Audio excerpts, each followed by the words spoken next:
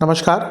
ग्रहों की गोचरीय स्थिति पर रेगुलर वीडियो पाने के लिए साप्ताहिक राशिफल, मासिक राशिफल, त्रैमासिक राशिफल और ग्रहों के बाकी गोचर पर भी रेगुलर अपडेट्स पाने के लिए, जिसके हिसाब से आप अपने जीवन में थोड़ी गाइडेंस प्राप्त कर सकें, इसके लिए मेरे चैनल को अवश्य सब्सक्राइब करें। जिन लोगों ने सब्सक्राइब कर रखा है वो ऑल ये जो नोटिफिकेशन सेटिंग होती है इसको क्लिक करें, क्योंकि कभी कभी कुछ लोग बोलते हैं उनको नोटिफिकेशन नहीं मिलती। आशा करता हूँ चैनल को सब्सक्राइब करेंगे और रेगुलर वीडियोस अवश्य आप देखेंगे। नमस्कार। ओम गणेशाय नमः। ओम नमः शिवाय। मैं निखिल ज्योतिषाचार्य आप सभी का मेरे चैनल पर पुनः स्वागत करता हूँ। आशा करता हूँ कि आप सभी स्वस्थ होंगे। महादेव की कृपा आप सभी पर सदैव बनी रहे। ये वीडियो धनु यानी कि सजिटेरियस के लिए बहुत विशेष है, क्योंकि यह वीडियो है सूर्य देवता के राशि परिवर्तन के बारे में। कैसा रहेगा आने वाला कि जो सूर्य देवता का गोचर है धनु के लिए। सूर्य महाराज 14 अप्रैल को आपके 5वें भाव में आ जाएंगे यानी कि मेष में, और 15 मई 2026 तक वहीं पर गोचर करेंगे। अगर हम ज्योतिष की परिधि से थोड़ा सा बाहर भी जाएं तो सूर्य देवता का वर्चस्व, सूर्य देवता का इम्पोर्टेंस किसी से छुपा नहीं है, और ज्योतिष में तो उनको ग्रहों का राजा कहा जाता है। पावर, अथॉरिटी, नाम की जो वैल्यू होती है ना वो सूर्य है। आपके पास कितना भी पैसा हो, आपके पास कितनी भी फेम हो, शायद पावर नहीं हो सकती। पावर किसके पास हमारे देश में? नेताओं के पास है। तभी लोग करोड़ों करोड़ खर्च कर देते हैं कि एक सीट मिल जाए, वो भले ही किसी भी लेवल की हो, क्योंकि पता है कि वो एक बार सीट मिल गई तो फिर जितना लगाया है उससे कई गुना वापस आता है, क्योंकि पावर है वहाँ पर। जजेस से लोग क्यों डरते हैं? पावर है। तो पावर तो सूर्य के पास है। तो इसलिए जब सूर्य का राशि परिवर्तन होता है बहुत कुछ बदलता है। और यहाँ पे सूर्य उच्च की अवस्था में आ रहे हैं, आपके भाग्येश हैं। कुछ दिनों के लिए शुक्र के साथ बैठेंगे तो उसका भी इम्पैक्ट रहेगा, और केतु का प्रभाव भी होगा सूर्य पर तो उसका भी थोड़ा इम्पैक्ट होगा। तो यही चर्चा करेंगे कि सूर्य देवता का एक गोचर क्या इम्पैक्ट लेकर आ सकता है। लग्न राशि, चंद्र राशि यदि धनु है, दोनों ही देख सकते हैं। अलग अलग राशिफल नहीं बन सकते। जहाँ से सूट रिलेट ज़्यादा करता है वहाँ से देखिए। व्यक्तिगत तौर पे मेरा मानना है लग्न से देखेंगे तो अच्छा, इनकेस नहीं पता है तो चंद्र राशि से भी देख सकते हैं। कुछ उपाय भी वीडियो के अंत में अवश्य बताऊंगा। शुरू करते हैं। सबसे पहले सूर्य कहाँ पे आ रहे हैं? सूर्य पंचम भाव में आ रहे हैं। पंचम भाव का सूर्य बहुत अच्छा प्रभाव देने वाले बताए गए हैं। सूर्य तेज है, प्रताप है, प्रकाश है। तो जब पंचम भाव में जाएंगे, जो लक्ष्मी स्थान है, जो नवम से नवम होने के नाते भाग्य को भी प्रभावित करता है, प्रारब्ध का भाव है, और एक ग्रह यहाँ पे आकर उच्च की अवस्था का हो रहा है, तो ये अपने आप में बहुत विशेष है। भाग्य जागृत रहेगा, थॉट प्रोसेस बहुत एक्टिव हो जाएगा, बहुत पॉजिटिव हो जाएगा। जब कोई ग्रह किसी भाव में उच्च का होता है तो उस ग्रह के साथ साथ वो भाव भी बली हो जाता है। ग्रह के कई प्रकार के बल हैं, मैं बताता चलता हूँ। बहुत ज़्यादा टेक्निकल नहीं बताता, क्योंकि हर कोई नहीं उस चीज़ को समझना चाहता या समझ सकता।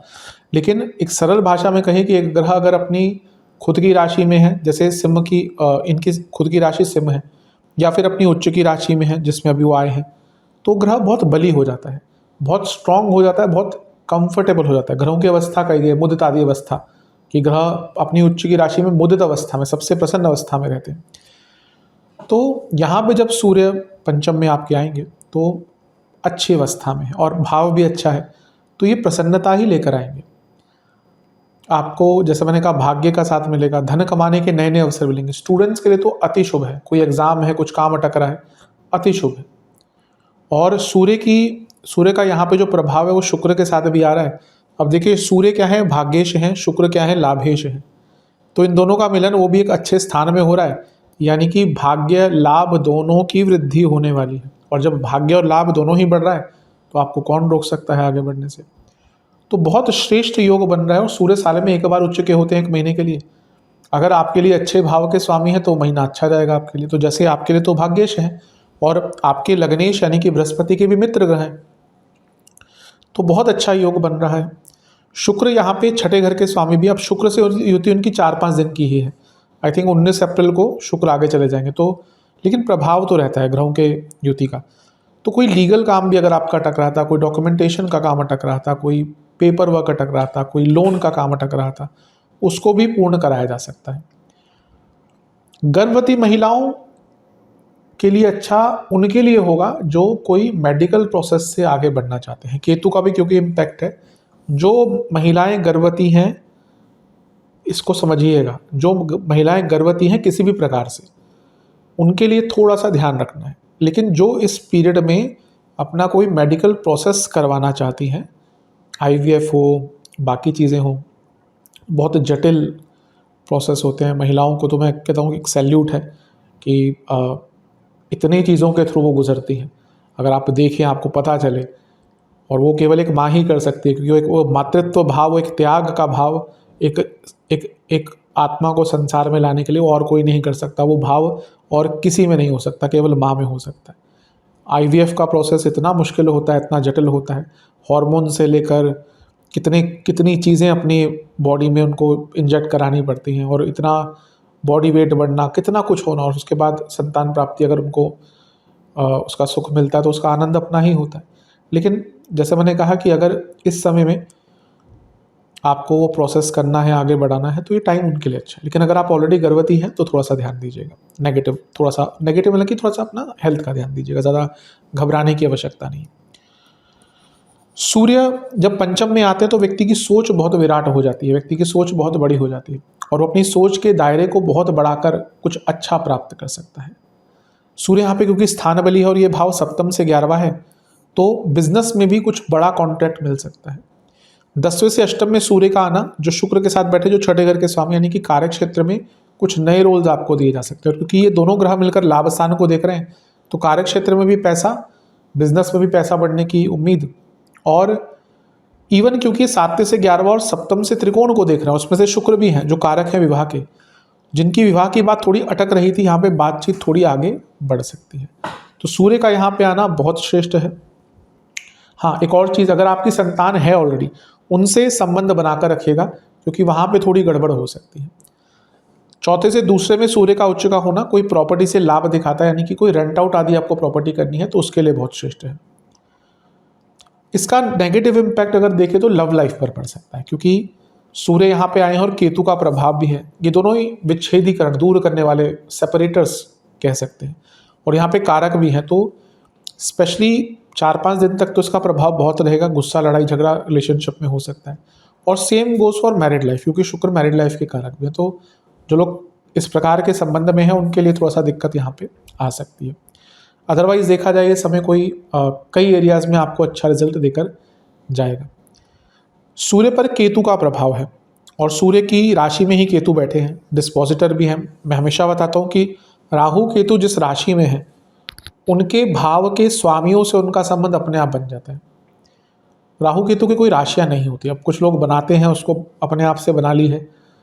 अगर देखिए, मैं हमेशा कहता हूँ कि ठीक है, सबके अपने नियम हो सकते हैं, आधार तो नहीं बदल सकते, बेसिक्स तो नहीं बदल सकते। अगर राहु और केतु की राशियाँ होती तो क्लासिक्स में लिखा होता, पराशर जी ने कहीं नहीं लिखा।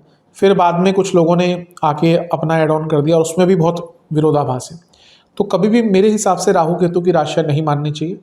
हाँ, जिस कुंडली में आपके जिस भाव में है, उन्हीं को उनका स्वामी मान लीजिए, और उनके डिस्पोजिटर यानी कि उनके जो स्वामी हैं उन पर प्रभाव बहुत होता है। खैर, वो टेक्निकल चीज़ है। केतु का प्रभाव सूर्य पर है। केतु आत्मंथन है, तो सूर्य आत्मा है, सूर्य को आत्मा का कारक कहा गया है। तो ये वो टाइम होता है जब ये जो संबंध बन रहे हैं दो भावों में, उसके बारे में व्यक्ति सोचे। तो ये क्या है? धर्म त्रिकोण। धर्म के प्रति तो आपकी चेष्टा बढ़ेगी, लेकिन ये अपनी ड्यूटीज़ के बारे में भी आपको जागरूक करेगा। क्या करना है, क्या नहीं करना, घर में कैसे संबंध बनाने हैं, बॉसेस से संबंध कैसे ठीक करने हैं, पिताजी से संबंध कैसे ठीक करने हैं, अपने शास्त्रीय ज्ञान हो, अपने धार्मिक ज्ञान हो, अपने आत्मज्ञान हो, अपने आध्यात्मिक ज्ञान को कैसे बेटर करना है। और क्योंकि सूर्य उच्च के हैं, तो अपने पद को कैसे बढ़ाना है जीवन में, उसकी तरफ भी आपको ये लेके जाएंगे। तो अच्छा है। लेकिन हाँ, बॉसेस से संबंध थोड़ा सा बना के रखें, क्योंकि नवम में केतु हैं और नवमेश को देख रहे हैं, तो ना बहुत स्पष्टता और सटीकता रखिएगा अपने वाणी में जब आप अपने बॉसेस से रूबरू हो, क्योंकि आप शायद सही बोले लेकिन वो उनको शायद गलत लग जाए। बॉसेस से बड़े उनके ईगोज होते हैं, तो उस पर ध्यान देना चाहिए। सेहत की अगर हम बात करें तो दांतों की प्रॉब्लम, आँखों की प्रॉब्लम, नेत्र विकार, जिनको कोई मेटाबॉलिक डिसऑर्डर है और जिनको कोई स्किन डिसऑर्डर है, और एसिडिटी भी बहुत ज़्यादा तंग कर सकती है, कोई न्यूट्रिशनल डेफिशिएंसी चल रही है वो भी परेशान करेगी। तो ओवरऑल तो देखा जाए ठीक ही है, जो कुछ मैंने चीज़ें अंकित करी हैं नेगेटिव उन पर ध्यान दीजिएगा। उपाय के स्वरूप में आपको एक पात्र में जल, गंगा जल और गुलाब जल मिलाकर सूर्य देवता को अर्पण करना है। ओम तरुणाय नमः मंत्र का 108 बार जाप करना है। महादेव का भी गंगा जल से अभिषेक करके या तो चंदन से या अष्टगंध से विलेपन कीजिएगा, तिलक लगाइएगा। हो सके तो खीर का भोग लगाइए ना, या तो फिर फलों का भोग लगाइए।